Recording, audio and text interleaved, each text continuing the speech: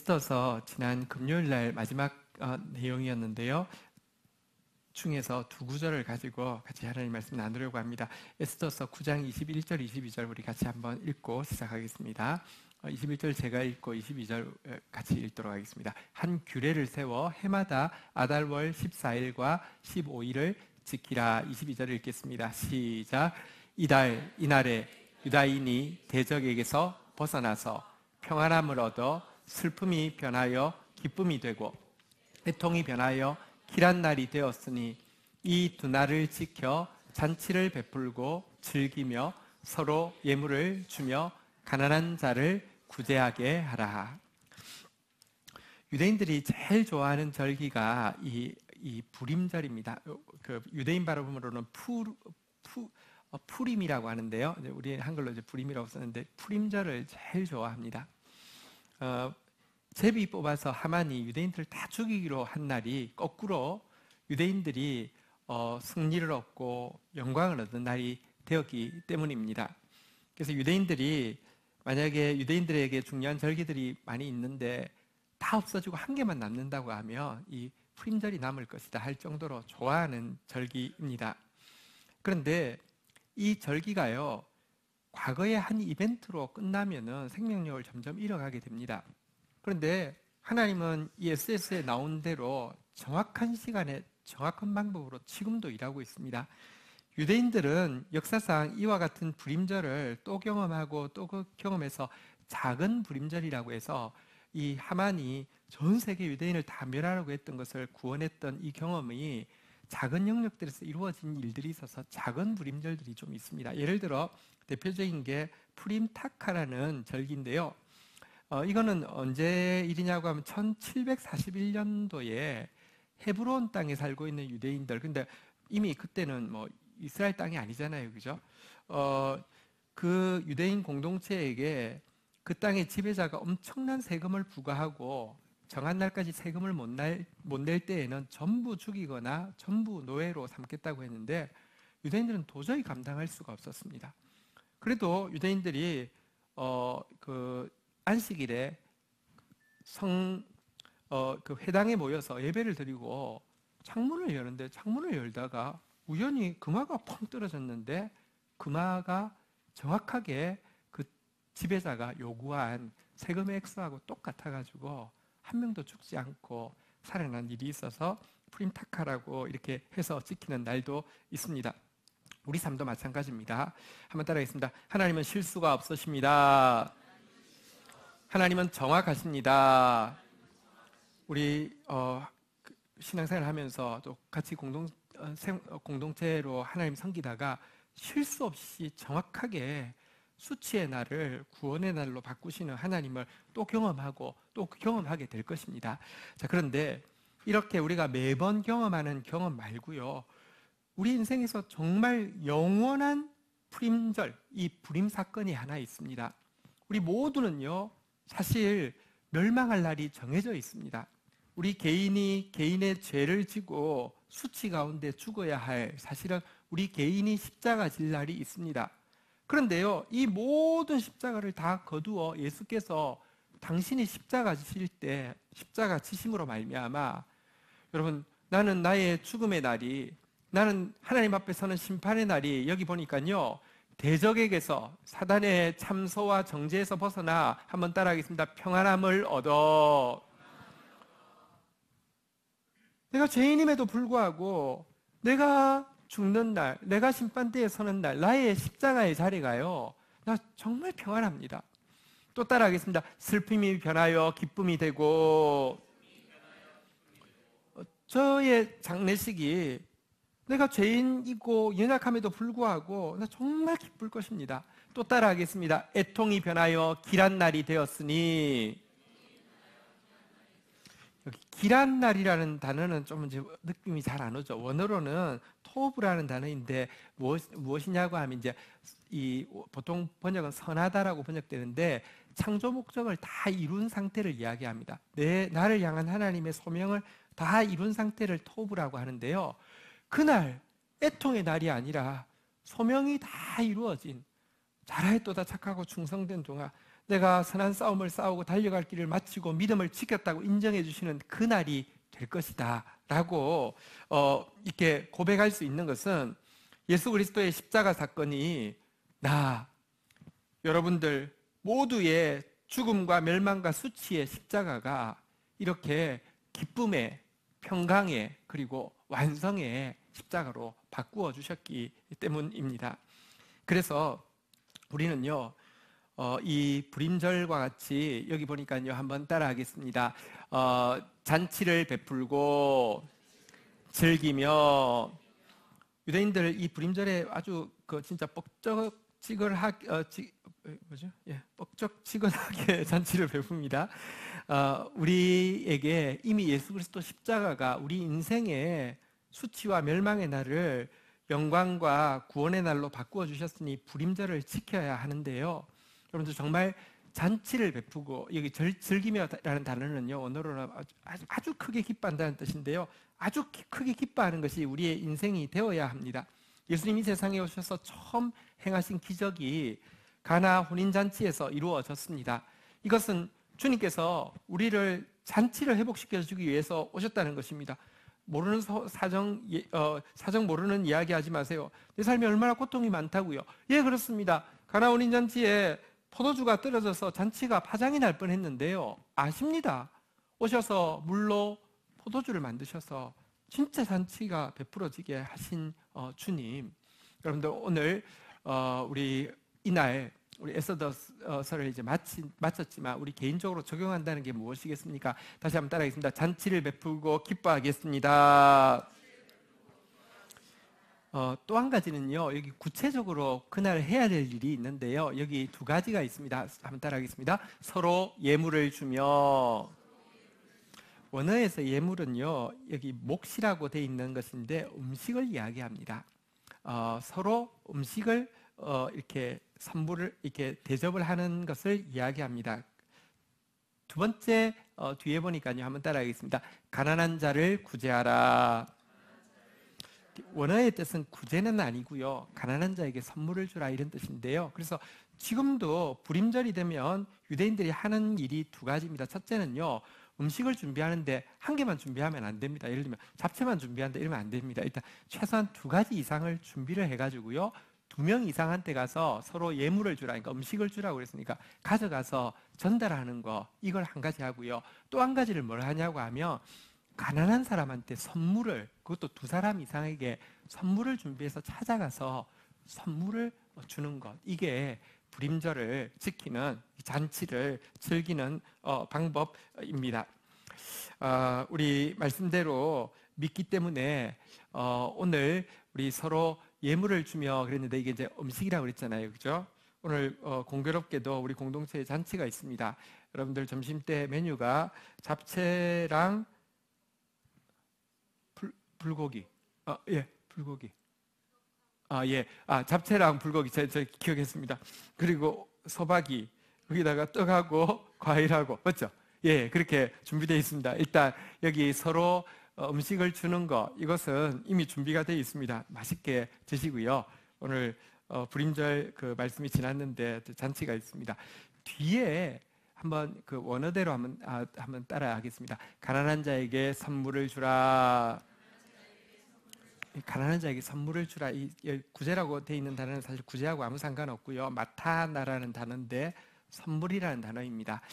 가난한 자에게 선물을 주라 이렇게 되어 있는데, 여기에 대해서 조금 자세하게 좀 묵상하려고 합니다. 선물을 어떻게 주는 것인지, 뭐가 선물인지, 또 왜 선물 주라고 하는지 조금 나누려고 합니다. 그런데 제목을 한번 보도록 하겠습니다. 오늘 설교 제목이요, 한번 따라 읽도록 하겠습니다. 가난한 자에게 선물 받는 삶. 오늘 읽었던 본문에는요, 한 번 더 따라할까요? 가난한 자에게 선물을 주라. 제목 조금 이상하지 않습니까? 한번 따라할까요? 가난한 자에게 선물 받는 삶. 본문은 주라고 되어 있는데 제가 제목은 받으라고 이렇게 이야기했는데, 여기에 사실은 좀 깊은 이렇게 역설적인 진리가 담겨 있습니다. 좀 한번 나누도록 하겠습니다. 우선 여기 마타나라는 단어, 선물이라는 단어가요, 성경 전체에 거의 몇 번 안 나오기 때문에 이걸 통하여서 우리가 묵상할 때 가난한 자에게 선물을 주라 이 말씀이 어떤 의미로 주신 것인지 알 수 있는데요. 자, 그냥 이 마타나가 쓰여진 한 구절 먼저 한번 보고 시작하겠습니다. 잠언서 19장 6절입니다. 같이 한번 읽겠습니다. 잠언서 19장 6절 같이 읽겠습니다. 시작. 너그러운 사람에게는 은혜를 구하는 자가 많고 선물을 주기를 좋아하는 자에게는 사람마다 친구가 되느니라. 여러분, 정말 멸망의 날이 구원의 날이 되었고 사실은 수치의 날이 완성의 날이 되게 주님 이미 바꾸어 주셨음을 믿을진데 너그러운 사람 되기를 주의 이름으로 축복합니다. 선물 주기를 좋아하는 사람 되기를 주의 이름으로 축복합니다. 여기가 이제 마타나인데요. 기독교인들은 너그러워야 합니다. 선물 주기를 좋아해야 합니다. 근데 자기 모습을 자기가 제일 잘 모릅니다. 옆 사람한테 나한테 선물 받은 적 있어? 한번 물어보세요. 한 번도 상대방 통해서 너그럽다는 느낌을 못 받았을 수도 있습니다. 선물 주기를 싫어하는 사람이 있을 수 있습니다. 그러면 안 됩니다. 우리 그리스도인들 정말 예수 그리스도의 이 부림 사건을 믿을진데 한번 고백하겠습니다. 너그러운 사람 되겠습니다. 선물 주기 좋아하겠습니다. 네. 자, 또 이 마타나라는 단어를 보면요, 하나님께서 우리에게 주시는 제일 귀한 선물이 무엇인지를 두 가지를 또 설명하고 있는 부분이 있어서 이 부분도 좀 보고 시작하겠습니다. 민수기 18장 6절 7절에 보면 하나님이 선물 주라고 했는데 제일 좋은 선물이 무엇인지 이렇게 이야기하고 계시네요. 6절을 먼저 같이 읽겠습니다. 시작. 보라, 내가 이스라엘 자손 중에서 너희의 형제 레위인을 택하여 내게 돌리고 너희에게 선물로 주어 회막의 일을 하게 하였나니. 제사장들에게 하나님이 이야기합니다. 얘들아, 내가 너를 위해 선물을 준비해서 엄청 좋은 거야. 기대해. 뭐냐고 하면 짜잔, 레위인이 너희 선물이야. 지금 이렇게 이야기를 하는 것입니다. 그를 도울 수 있는 동력자 레위인을 하나님이 준비한 마타나, 선물이라고 이야기를 하고 있는데요. 여러분들이 받은 선물 중에 제일 좋은 것이 무엇입니까? 저는 이제 여러분들에게 과분하게 사랑을 받고 있습니다. 물론 선물 받는데 중독되고 익숙하지 않도록 저도 선물에 써서 열심히 하려고는 하지만 어쨌든 저는 여러분들에게 사랑을 많이 받고 있습니다. 자, 그런데요, 되돌아보면 저에게 있어서 제일 좋은 선물은 사실은 구체적인 어떤 선물이 아니라 진짜 동력자가 너무 소중한 선물임을 깨닫게 됩니다. 갈수록 정말 동력자 한 사람이 얼마나 큰 선물인가, 얼마나 큰 마타나인가 하나님 그거 아시기 때문에 제사장들에게 레위인이 너희 선물이야 이렇게 이야기를 하고 있고요. 7절에 보니까 또 한 가지 선물을 준비하셨네요. 마타나가 또 나옵니다. 같이 한번 읽도록 하겠습니다. 시작. 너와 내 아들들은 제단과 휘장 안의 모든 일에 대하여 제사장의 직분을 지켜 섬겨라. 내가 제사장의 직분을 너희에게 선물로 주었으니. 여기까지 좀 보겠습니다. 제사장한테 내가 첫 번째 선물은 동력자야 이렇게 이야기하더니 또 한 가지 선물을 준비해서 기대해 하더니 뭐라고 하냐고 하면 한번 따라하겠습니다. 제사장의 직분. 이게 선물이라는 것입니다. 제사장의 직분은 뭐냐? 축복할 수 있는 권세인데요. 내가 너에게 축복하는 권세를 주었어. 네가 축복하며 복이 임할 거야. 너무 좋지? 여러분, 내가 축복받는 건 좋지만 축복하는 건 별로 좋지 않게 생각하는 사람이 있습니다. 아니요, 진짜 복은요, 진짜 선물은요, 내가 축복할 때 그 사람이 잘 되는 것이 진짜 선물입니다. 하나님이 이 두 가지 선물을 주셨는데요. 가난한 자에게 선물을 주라 그랬는데 하나님이 좋아하는 선물을 주면 하나님도 최고의 선물이라고 생각하시겠지요. 다시 말하면 가난한 자에게 동력자가 되고 가난한 자를 축복하는 자가 되라, 이런 이제 뜻일 수 있는데요. 자, 그런데 가난한 자에게 선물을 잘 주기 위해서는 엄청난 역설이 하나 있습니다.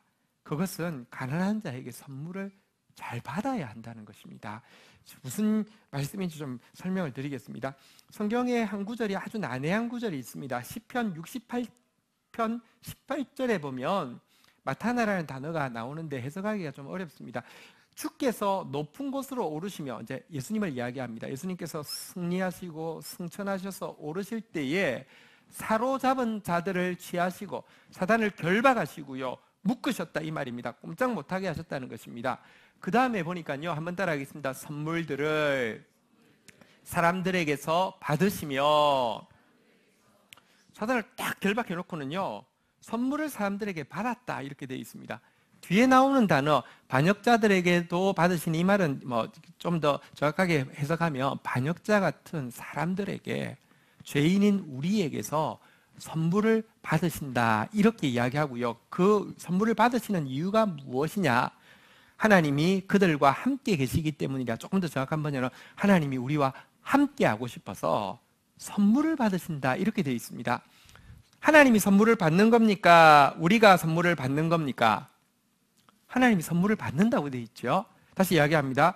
올라가시면서 사단은 결박하시고 우리에게는 선물을 받는데 선물을 받는 이유가 뭐라고요? 우리와 함께 계시고 싶어서 라고 되어 있는데 이 구절을요 신약 성경에서 번역하면서 에베소서 4장 8절에서 이렇게 번역을 했습니다. 한번 보실까요?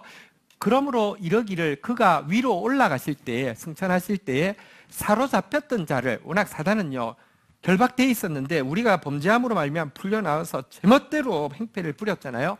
사로잡혔던 자들을 사로잡으시고 그 다음에 한번 따라하겠습니다. 사람들에게 선물을 주셨다. 같은 구절을 앞에서는요 사람들에게 선물을 받았다라고 되어 있고 여기서는요 선물을 주셨다라고 되어 있는데 뭐가 그러면 이 명백히 다르기 때문에 뭐가 틀린 겁니까? 일단 구약이 먼저 된 거고 신약이 인용을 한 것이니까 신약이 틀린 것인가요? 아니 내용적으로 보니까 사실은 또 예수님은 선물하는 거 너무 좋아하잖아요. 하나님은 선물하는 게 특기거든요. 또 우리 같은 가난한 자, 우리 같이 비천한 자가 하나님께 뭐 드릴 게 뭐가 있겠습니까? 그 내용적으로 보면 분명히 에베소서 4장 8절대로 사람들에게 선물을 주셨다가 맞지 시편의 표현대로 선물들을 사람들에게 받으셨다 이거 좀 잘못된 것 같지 않습니까? 그런데요 이게 둘 다 안 틀리고 동절의 양면과 같이 똑같은 표현입니다.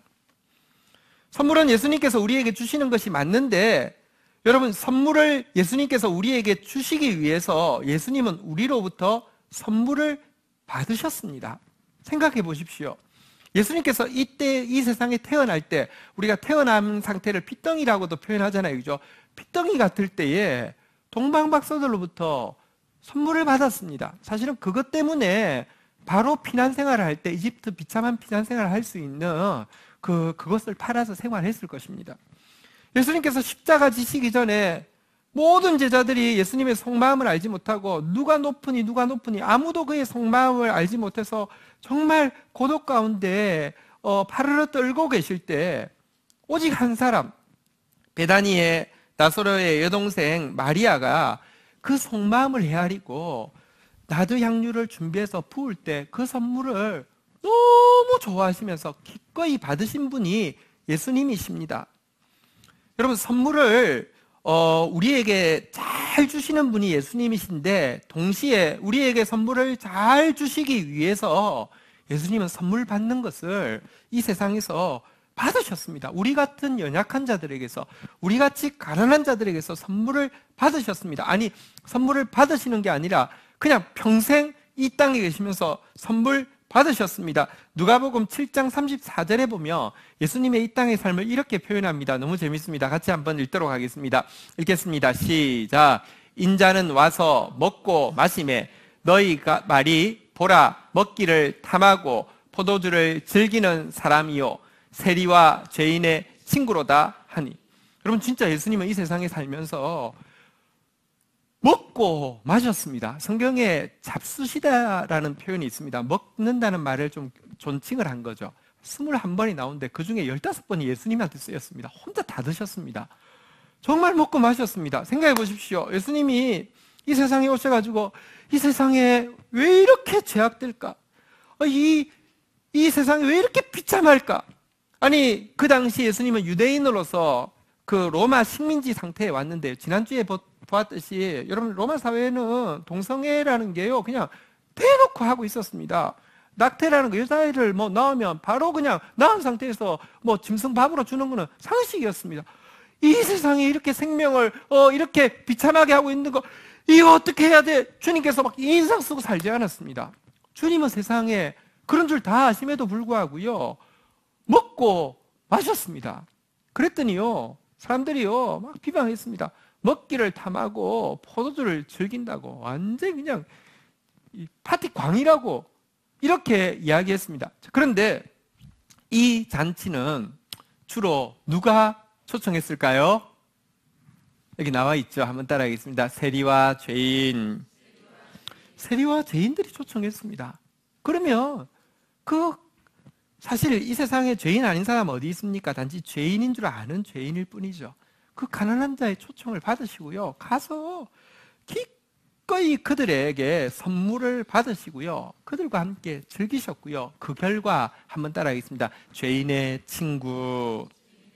죄인의 친구라는 별명을 얻으셨습니다. 여러분, 예수님이 선물을 받으신 이유는 친구가 되기 위함입니다. 친구 사이에는요, 선물도 받아도 편하지만 선물 줘도 됩니다. 친구 아닌 사람에게 선물 받으면 뭡니까? 뇌물이죠. 아닌 사람한테 선물을 요구해도 뇌물이죠.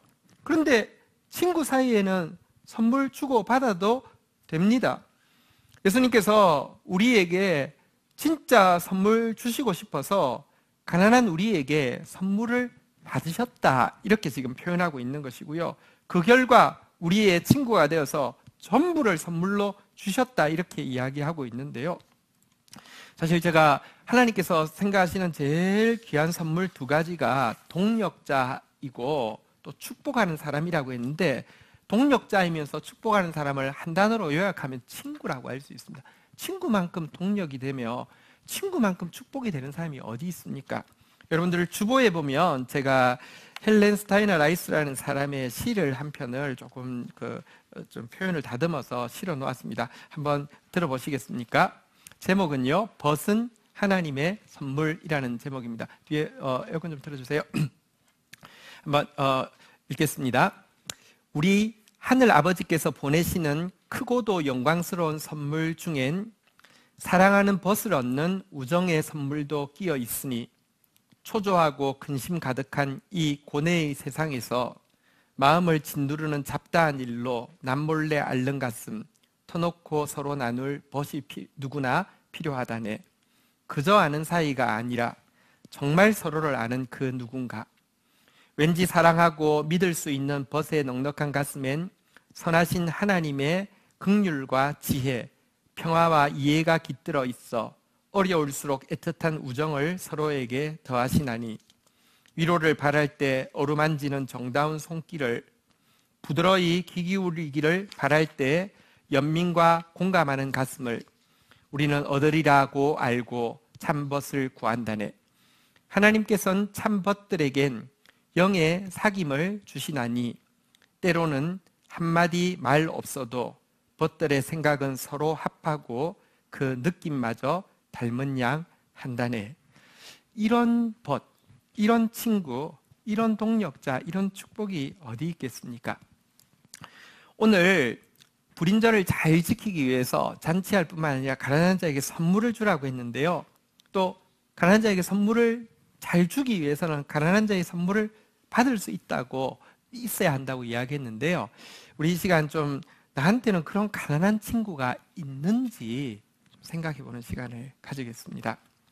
제가 너무 좋아하는 이제 작가 헨리 나우엔의 책, 아담이라는 책이 있는데 읽을 때 너무 많이 울었고요. 그리고 제가 사실은 소중하게 읽은 책은 한 30년 지나도 하나도 안 버립니다. 다 있습니다.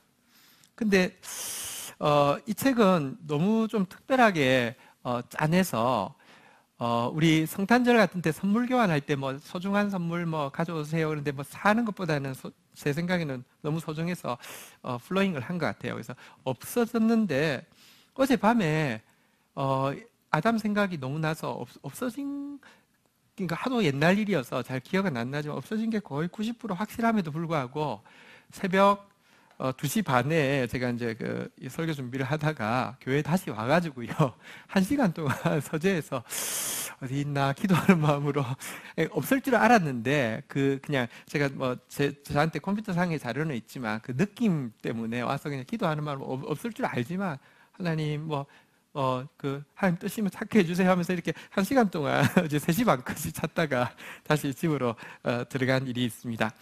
헨리 나우엔의 아담 이야기 통해서 가난한 자에게 선물 받는 삶에 대해서 조금 설명하려고 합니다. 헨리 나우엔의 인생은 한 3시기로 나눌 수 있는데요. 70년대 그 예일에서 기독교 심리학 가르치던 교수로서 이제 활동하던 시기하고 80년대 하버드로 옮겼지만 부분적으로 강의를 하고 세계를 돌아다니면서 강연을 하는 그리고 집중적으로 저술을 하던 시기가 두 번째 시기인데요. 90년대에 오롯이 거의 10년을 보낸 곳은 어디냐고 하면 라르쉐라는 공동체에 가서 공동체 안에 또 다른 이름이 데이 브레이크라고 하는 이제 그 장애인들 공동 주거하면서 노동하는 공동체가 있는데 이곳에서 아담이라는 아주 중증 장애인, 몸 하나도 가눌 수 없고 봐도 의식이 있는지 없는지도 잘 알지 못하는 중증 장애인 한 사람을 10년을 돌보고 그가 임종하자 이 아담 아담 34살에 임종하자 헨리 나우엔도 그 해에 같은 해에 9달 후에 이제 천국에 가게 되었는데요. 이 90년대 그의 10년을 오롯이 바쳐서 이렇게 도왔던 아담에 대해서 쓴 책이 아담이라는 책이 있습니다. 좀 말씀을 드리겠습니다. 자기가 사실은 인류대 교수고 유명 작가인데 엄청난 영향력이 있는데 10년을 오롯이 한 사람 섬기다가 그가 임종하고 났을 때에 이런 표현을 했습니다. 한번 들어보시겠습니까? 나는 관에 누워있는 아담의 시신을 본 순간 그의 삶과 죽음의 신비에 사로잡혔다. 그때 섬광처럼 내 가슴에 와 닿은 사실은 바로 이 장애인이 영원 전부터 하나님의 사랑을 받았으며 독특한 사명을 띠고 이 세상으로 보냄을 받았다는 것과 이제 그 사랑을 완수했다는 것이었다. 그 아담의 시신을 볼 때 처음부터 사랑받고 있던 사람이었으며 하나님이 특별한 사명을 가지고 이 땅에 보냈는데 사실은 그 사명은 이제 헨리가 아담 통해서 너무나 많은 축복을 받았거든요. 그러니까 축복의 사명을 가지고 보냈는데 이 임종의 순간에 아까 이야기한 토부 다 이루었다. 사명을 다 감당하고 하나님 앞에 선다는 그 영광스러움을 그가 경험했다고 기록을 하고 있는데요.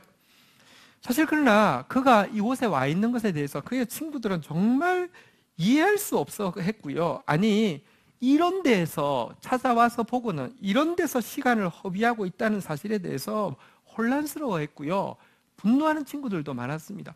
당신 정도면은 끼칠 수 있는 영향력과 영감과 도움과 인도와 섬김이 너무나 많은데 어떻게 이 말도 안 통하는 아무것도 의식이 있는지조차 잘 모르는 이 아이 하나 위해서 10년을 바친다고?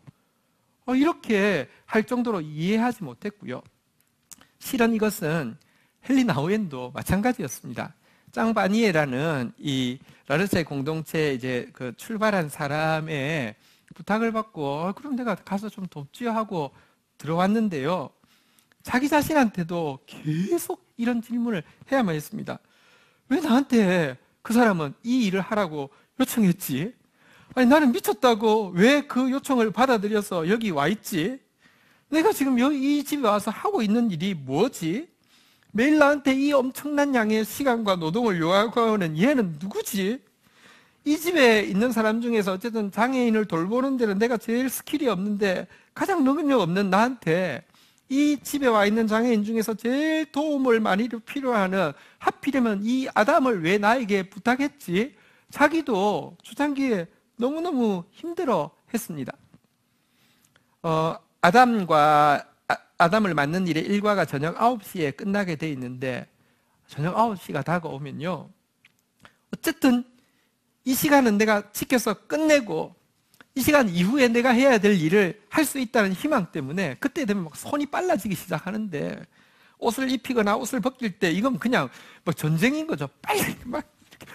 안 그러면 지금 내 시간, 내 의미 있는 시간을 내 지금 찾아야 된다는 이 생각 때문에, 다시 말하면 진정으로 그를 대하고 있는 게 아니라, 인격으로 대하고 있는 게 아니라 물건처럼, 일처럼 대하고 있는 자기를 발견하고 자기의 민낯 앞에서 절망하는 때도 있었습니다. 게다가 헨리 나우에는 똑똑하니까 신학적으로도 고민했습니다. 과연 이 아담은 기도라는 걸 할 수 있을까? 기도라는 것을 해본 적이 있을까? 얘는 하나님이 누군지를 알 수 있을까? 예수의 이름이 무슨 의미인지 알 수 있을까? 이런 애에게도 세례를 줘야 할까? 내가 알고 있는 신학적인 진리를 얘는 얼마나 내가 설명한다고 이해할까? 알 수 있을까? 자, 그런데요, 이런 의문들을 가질 때 하나님이 딴지를 거시는 것입니다. 얘야, 그거 내가 준 의문일까? 네가 만들어낸 의문일까? 아래로부터 올라온 질문이냐? 하늘로부터 내려온 질문이냐? 너 사실 하나님의 사랑으로부터 시작한 게 아니라 자신의 지금 왜 이러고 있지 하는 걱정과 불안 때문에 근거를 찾기 위해서 만들어낸 질문 아니니?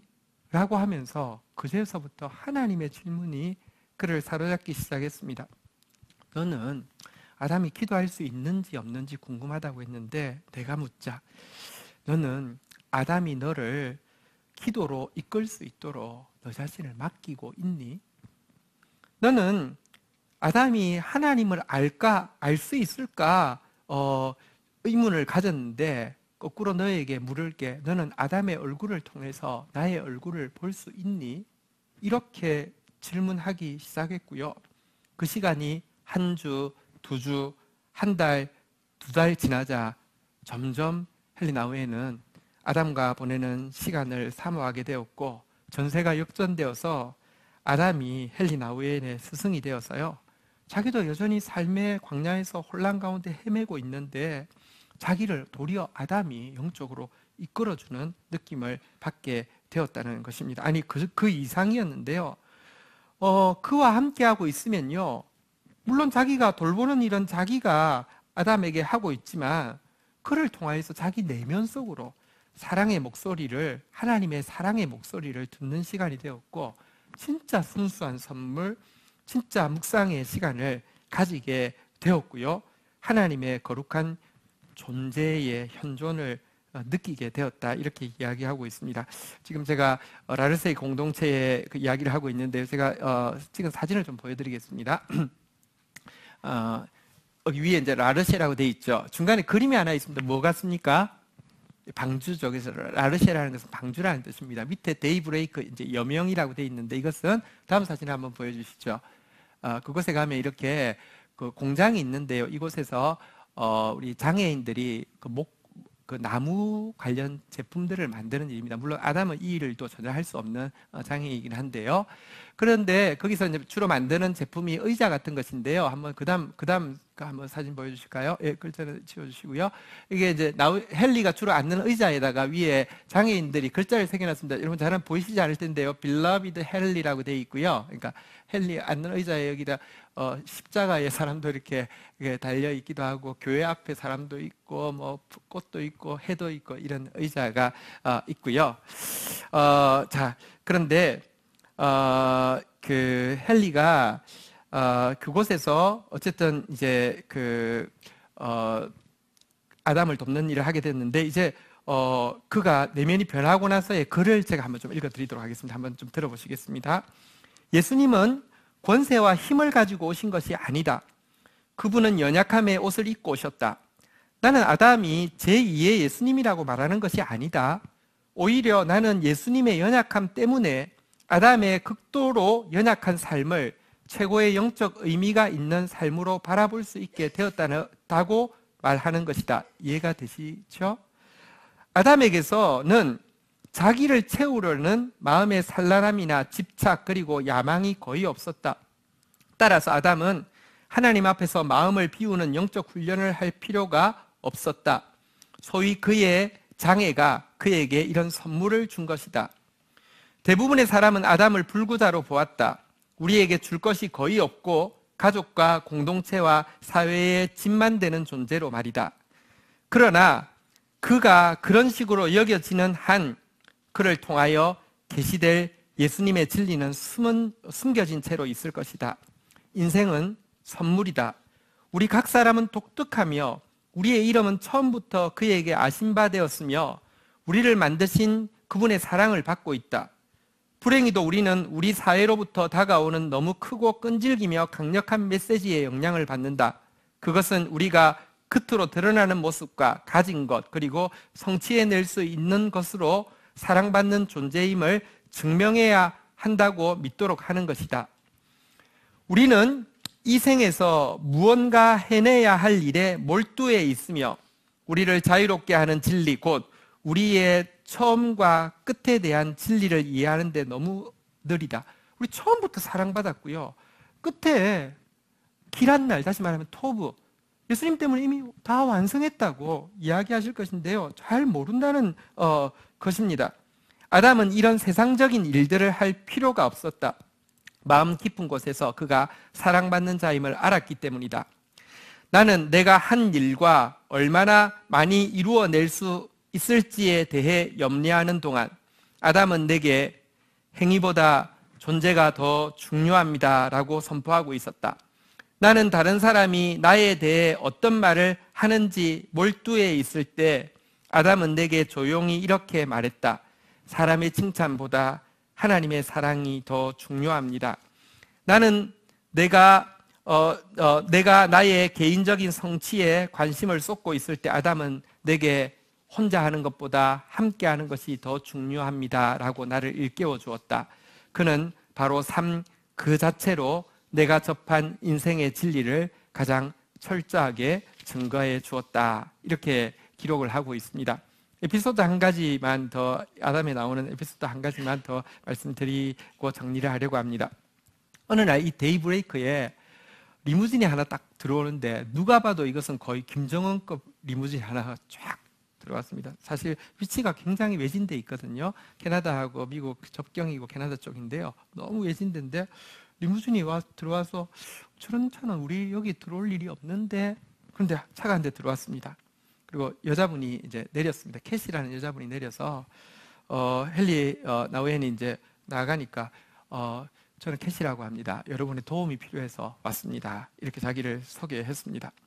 한 70 정도 된 여인인데요. 어쨌든 얼굴 볼 때 막 그 우아함, 뭐 이렇게 세련됨, 뭐 이렇게 고급짐, 이게 정말 뭐 차려입은 것부터 모든 말, 행동에 다 이렇게 묻어나는 사람이었습니다. 어떻게 도와드릴까요? 이렇게 이야기를 하니까 솔직히 말해서 너무 심한 우울증에 빠져서 몇 년 동안 정신과 의사에게 도움을 받았지만 오히려 더 나빠지고 있는데 제 동생이 여기 가면 도움을 받을 수 있을 것이라 해서 무작정 찾아왔습니다. 이렇게 이야기를 했습니다. 그래서 헨리가 묻기 시작했습니다. 조금 더 자세하게 이야기를 해주시겠습니까? 혹시 당신이 이렇게 우울해지게 된 특별한 사건이 있나요? 라고 이야기를 하자 캐시가 이렇게 이야기했습니다.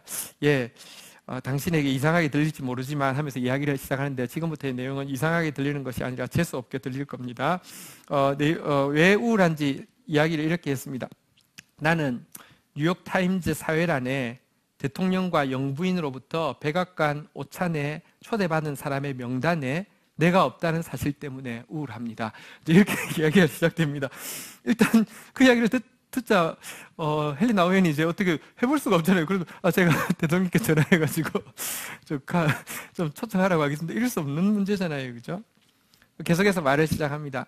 그리고 나는 내가 늙어가니까 사람들이 점점 나를 잊어버린다는 사실 때문에, 그리고 내가 가진 돈의 절반도 갖지 못했고 내가 맺고 있는 연줄의 절반도 못 되는 사람이 이제 그들의 젊음 때문에 나보다 더 매력적으로 보일 때 나는 너무 우울합니다. 이러면서 자기가 어떤 사람인지 조금 이제 설명을 하기 시작하는데 정말 인간이 꿈꿀 수 있는 모든 것을 가진 사람이었습니다. 돈, 명예, 배경, 권력.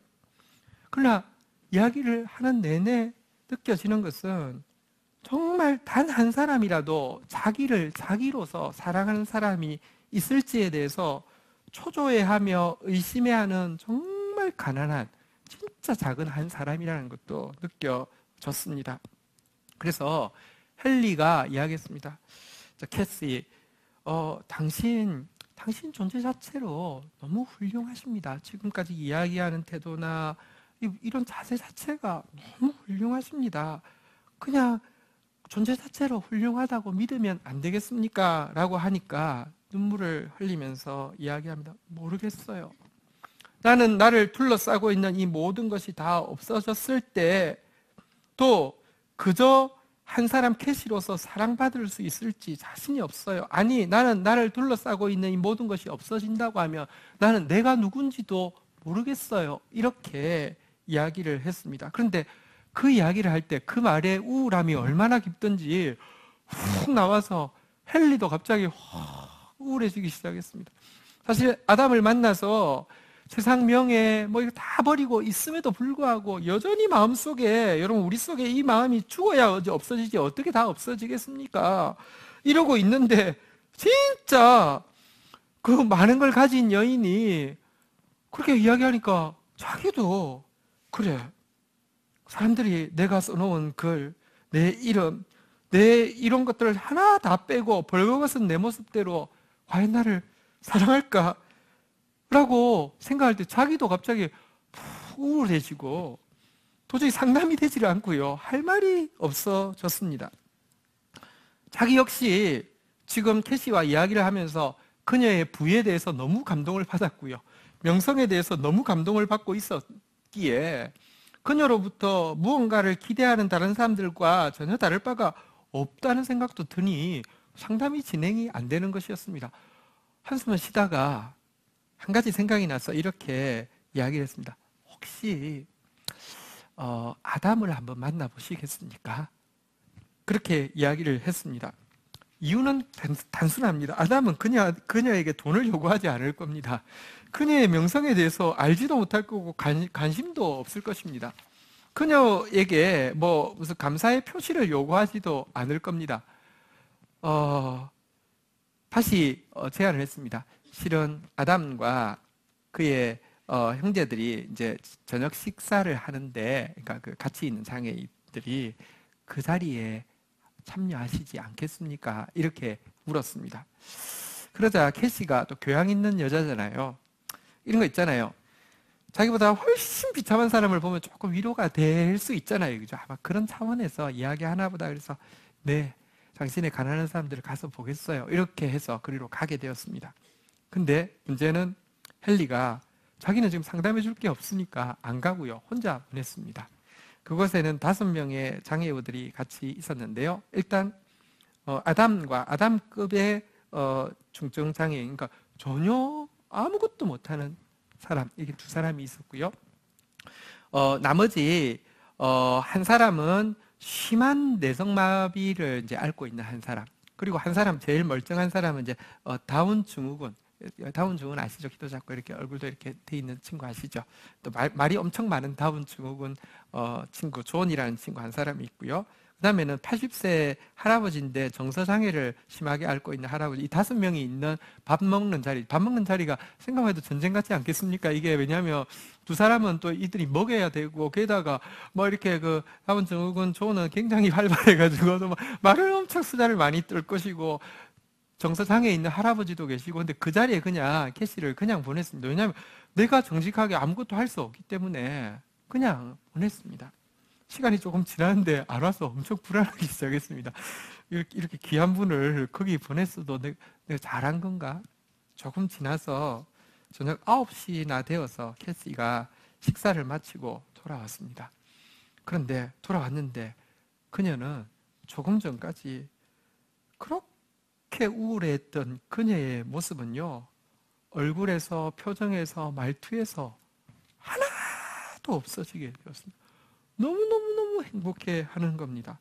그러면서 손에 쪼꼬바를 한 개 들고 왔습니다. 헨리 너무 좋았어요. 난 내가 진정으로 용납받고 보호받고 사랑받고 있다는 사실을 처음 느꼈어요. 너무 행복했어요. 얼마나 아름다운 사람들인지 저녁 내내 황홀했어요. 그렇게 이야기하는 거예요. 쪼꼬바를 보더니 존이 준 거죠. 이렇게 이야기를 합니다. 그러니까 설명을 합니다. 저녁을 먹다가 갑자기 존이 일어나가지고, 자, 지금부터 종이에다 번호를 하나씩 쓰시겠습니다. 자기 옷 색깔도 씁니다. 이렇게 해서 하더니, 자, 주세요. 하더니, 자, 뽑습니다.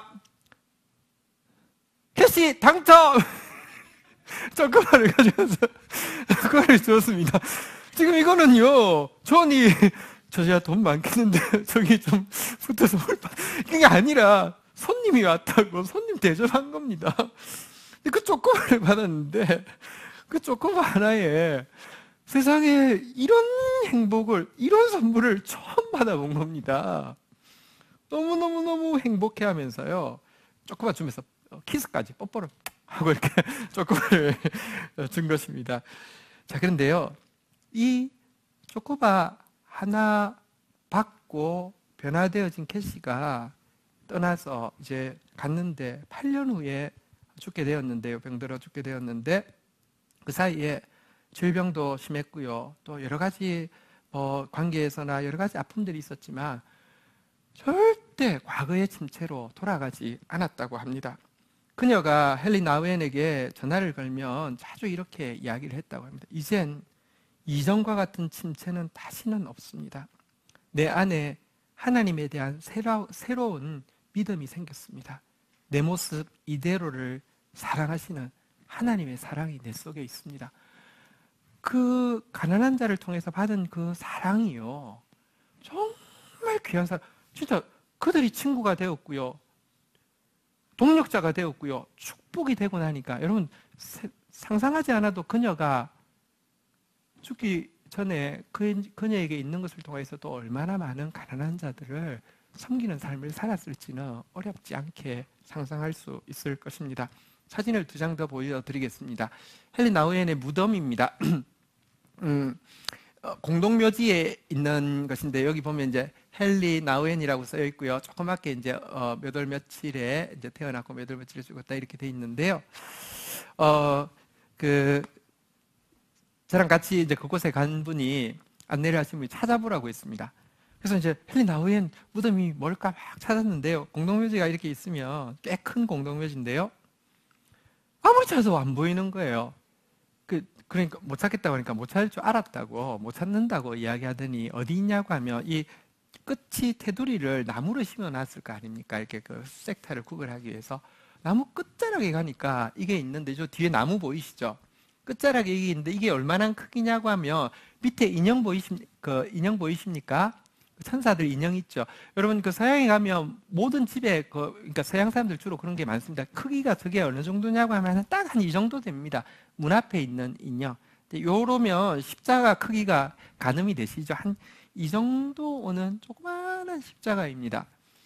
워낙에 세우지 말라고 했는데 장애인 친구들이 너무 그리워하니까 거기 묻은 자리에다가 십자가를 하나 세워 두었습니다. 보면서 나도 죽을 때 꼭 이러고 싶어 이런 생각 참 많이 하게 되었고요. 떠나오는데 그 라르시 공동체를 떠나올 때 이제 나왔다가 내가 언제 다시 오겠어요. 그래서 이 헨리가 마지막 임종했던 그 방, 조그마한 방입니다. 방을 한번 보고 싶어서 갔는데 문이 닫혀 있었는데요. 방 뒤쪽으로 발코니가 있고요. 발코니에 이제 쪽으로 큰 창이 있어서 방에 누워서도 밖이 보이는데요. 그래서 발코니라도 한번 가봐야 되겠다고 해서 갔더니 그 다음 사진 한번 보여주시겠습니까? 그 발코니에 딱 그 헨리가 누워 있어도 보일 만한 자리에 이런 이제 꽃이 꽤 큽니다. 큰 꽃이 피어 있는 것을 보았습니다. 분명히 헨리도 계속 그 자리에서 피는 꽃이니까 꽃을 보았을 거다 이런 생각이 들었습니다. 그래서 꽃을 찍고 돌아오는데 지금도 내내 가난한 자에게 선물을 받았던 그 헨리의 그 향기가 저의 삶 가운데 머물러 있었습니다. 어젯밤에 제가 1시간 동안 사실 뭐 찾아도 없다는 건 압니다. 근데 뭐 기도하는 마음으로 그냥 그 느낌이 그냥 좋아서 혹시라도 옛날 그 책자가 있으면 좀 더 느낄 것 같아서 그냥 기도하는 마음으로 1시간 있었던 기억이 납니다. 말씀을 맺겠습니다. 여러분, 헨리가 위대한 것은요, 엄청난 업적을 이루어서가 아닙니다. 그의 마지막 인생 10년을 가장 가난한 자에게 선물을 받을 수 있었기 때문에 정말 소중하고 위대한 것 같습니다. 여러분, 예수님은 죄인의 친구이십니다. 그래서 예수님은 권지연의 친구이고 여러분의 친구이십니다. 오늘 우리가 예수님에게 선물을 드리는 여러분의 존재가 예수님에게 최고의 선물입니다. 예수님의 친구로서 다시 한번 사는 시간이 되기를 바랍니다. 그리고 특별히 하나님께서 우리 옆에 두신 지체들은요, 헨리에게 아담과 마찬가지로 사실은 하나님께서 주신 소중한 동력자고 축복의 사람들입니다. 우리 공동체에 작고 가난한 지체들이 함께 있습니다. 우리 한번 이렇게 고백하고 말씀을 마치도록 하겠습니다. 우리 옆 사람에게 이렇게 한번 고백하겠습니다. 당신은 나의 소중한 선물입니다. 예, 또 이렇게 고백하겠습니다. 나는 당신의 친구입니다. 네, 자리에서 일어서시겠습니다. 우리 같이 한번 이 찬양으로 주님 앞에 나갔으면 좋겠습니다. 주 안에 우린 하나. 우리 이 고백 같이 한번 고백하겠습니다.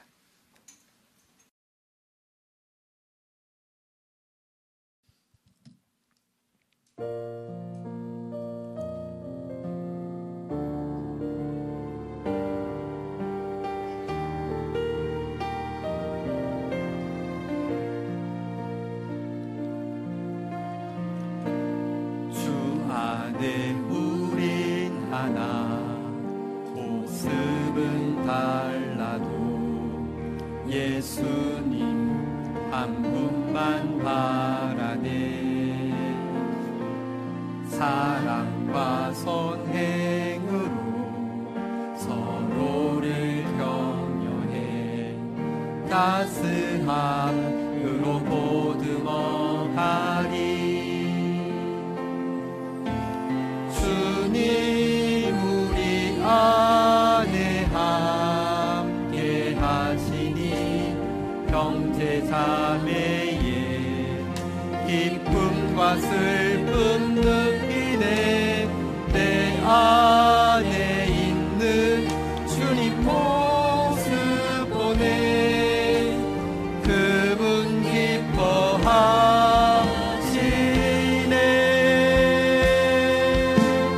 그분 기뻐하시네. 주님 우리를 통해 계획하시니 부족한 입술로 찬양하게 하시니.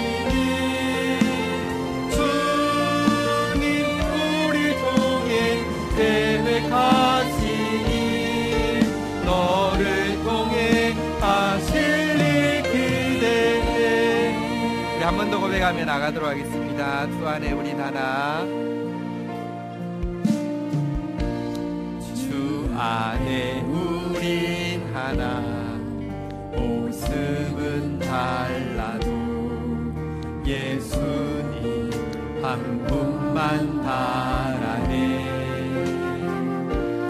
사랑과 선행으로 서로를 격려해 따스함으로 보듬어가리. 주님 우리 안에 함께 계시니 형제 자매의 기쁨과 슬픔 느끼네. 내 안에 있는 주님 모습 보네. 그분 기뻐하. 우리 옆에 있는 분들 손도 좀 잡아주시고요. 축복하겠습니다. 주님 우리를 통해 계획하시니 부족한 입술로 찬양하게 하시니. 주님 다시 옆에 분 한번 쳐다봐 주세요. 너를 통해 하실 일 기대해. 우리를 통해 하실 일 기대해. 우리를 통해 하실 일 기대해. 이 시간 같이 한번 기도하는 시간 가지도록 하겠습니다. 하나님께서 우리에게 불임절을 허락하여 주셨습니다. 진짜 멸망과 저주와 수치의 십자가를요, 평안의 십자가로, 기쁨의 십자가로, 완성의 십자가로 이미 바꾸어 주셨습니다. 무조건 잔치 같은 삶을 살아야 하고요, 또 우리 무조건 선물을 가난한 자에게 나누는 삶을 살아야 합니다. 가난한 사람에게 나누려고 하면 친구 되어야 하고요, 친구 되려고 하면 헨리처럼 가난한 자의 선물을 받아들일 수 있는 사람이 되어야 합니다. 우리 이 시간 예수님이 나의 친구이고 또 나는 주위에 있는 사람들의 진짜 친구입니다. 이분들은 하나님께서 특별하게 선정해서 보내주신 선물 중에 선물입니다. 나의 동력자이고요, 나의 축복입니다. 눈이 열려서 볼 수 있어야 하고요, 소중하게 영접할 수 있어야 합니다. 우리 이 시간 하나님의 친구로서 하나님, 그리고 하나님께서 보내주신 선물을 가난한 자에게 우리 주위에 주신 정말 가난한 소중한 지체들 선물로 영접하는 삶, 또 그들의 친구 되는 삶 살 수 있도록 도와주십시오. 우리 공동체가 함께 아파하고 함께 울고 함께 웃는 공동체 되게 하여 주십시오. 우리 그런 마음 담아서 주의 이름 3번 고백하며 기도하도록 하겠습니다. 같이 기도하시겠습니다. 주여, 주여,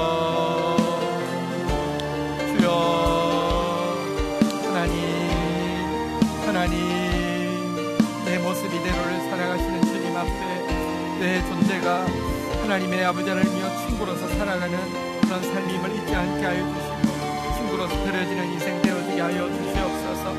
하나님, 우리 공동체에 소중한 지체들을 허락하여 주셨습니다. 참 아버지 하나님이여 너무 귀중한 동력자이고 너무 엄청난 축복입니다. 아버지의 비교할 수 없는 아담들이 이 자리에 있습니다.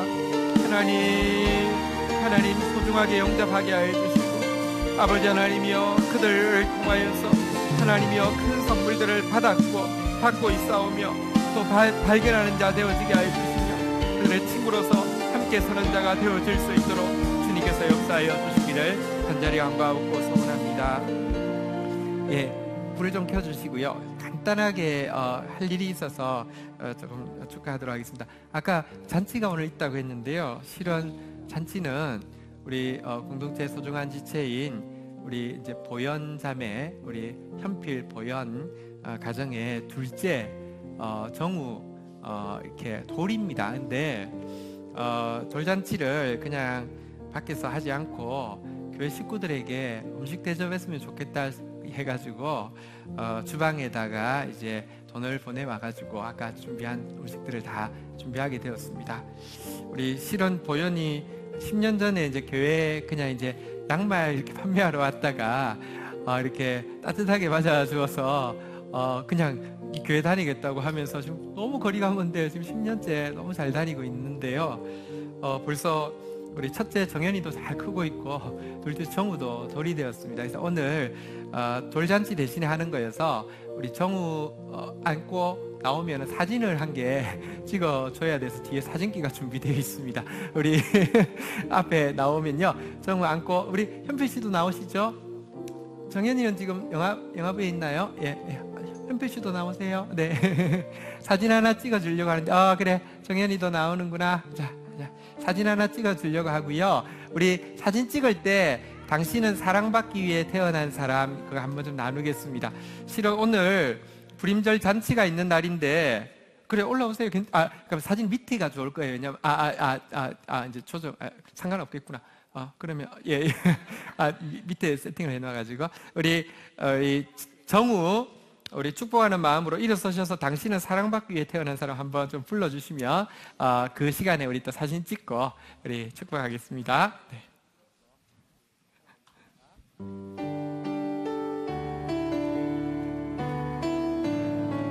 정우를 좀 보여주셔야 되는데 앞으로. 당신은 사랑받기 위해 태어난 사람, 당신의 삶 속에서 그 사랑 받고 있지요. 당신은 사랑받기 위해 태어난 사람. 당신의 삶 속에서 그 사랑 받고 있지요. 태초부터 시작된 하나님의 사랑은 우리의 만남을 통해 열매를 맺고 정우가 이 세상에 존재함으로 인해 우리에게 얼마나 큰 기쁨이 되는지. 정우는 사랑받기 위해 태어난 사람. 지금도 그 사랑 받고 있지요. 정우는 사랑받기 위해 태어난 사람. 지금도 그 사랑 받고 있지요. 케이크 끄겠습니다. 자, 정우 한번 꺼보자. 같이 해보자. 자, 정현이가 끌까? 하나, 둘, 셋.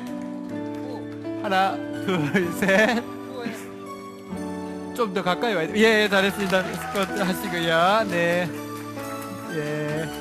아이고야, 덜 선물. 예. 요게. 그래요. 네. 사진 찍으셨어요? 네. 중앙에서. 네.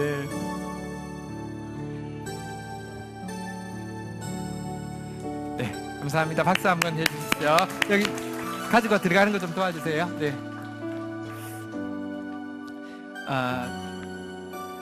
광고 말씀 조금 드리겠습니다. 선체로 들으셔도 되겠습니다. 교회에서 매주 봉사하는 우리 봉사자들이 있습니다. 우리 주방팀과 카페팀, 재정팀, 중보팀 매주 수고가 많으십니다. 그 교회에 매주 수고하는 봉사자들 이번 달에는 좀 기억하고 감사하는 마음 담아서 교회에서 선물을 준비했습니다. 각 부서를 통해서 전달하겠습니다. 우리 다시 한번 주방팀, 카페팀, 재정팀, 중보팀 위해서 축복하는 마음으로 박수 한번 하겠습니다. 그 다음에 우리 그 사임과 이임 인사가 있겠습니다. 이한준 전도사님, 청소년부 우리 찬양 인도 맡은 이한준 전도사님, 자, 그리고 그 새로 사임하시게 되었고요. 새로 구주성 전도사님 부임하시게 되었습니다. 인사 잠시 하도록 하겠습니다. 네.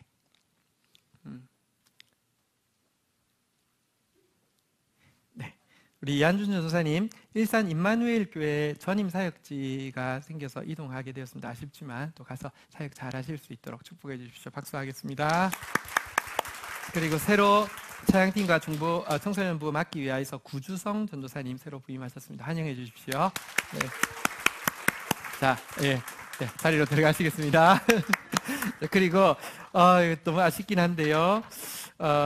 우리 이종주 집사님, 우리 교회 안수 집사님이신데 연대장 발령이 나서 내일부터 이제 부대 신고해야 돼가지고 오늘 마지막으로 예배드리고 영월로 연대장 발령이 나게 되었습니다. 한 달에 한 번 정도만 휴가 내서 나오실 수 있어서 한 달에 한 번만 뵙게 되겠습니다. 자리에 없는데 나중에 밖에 나가시면 보시고 또 이렇게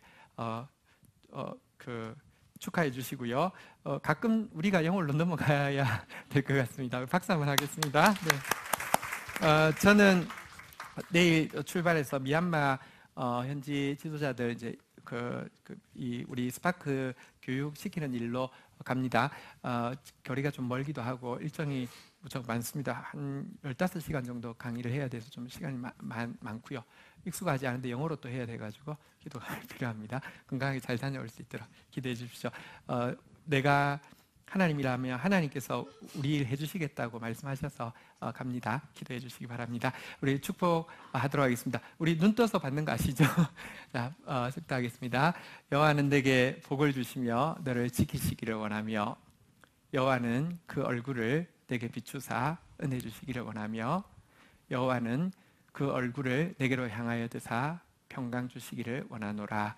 주 예수 그리스도의 은혜와 아버지 하나님의 사랑과 성령의 교통하심이 너희 무리와 함께 계실지어다. 아멘.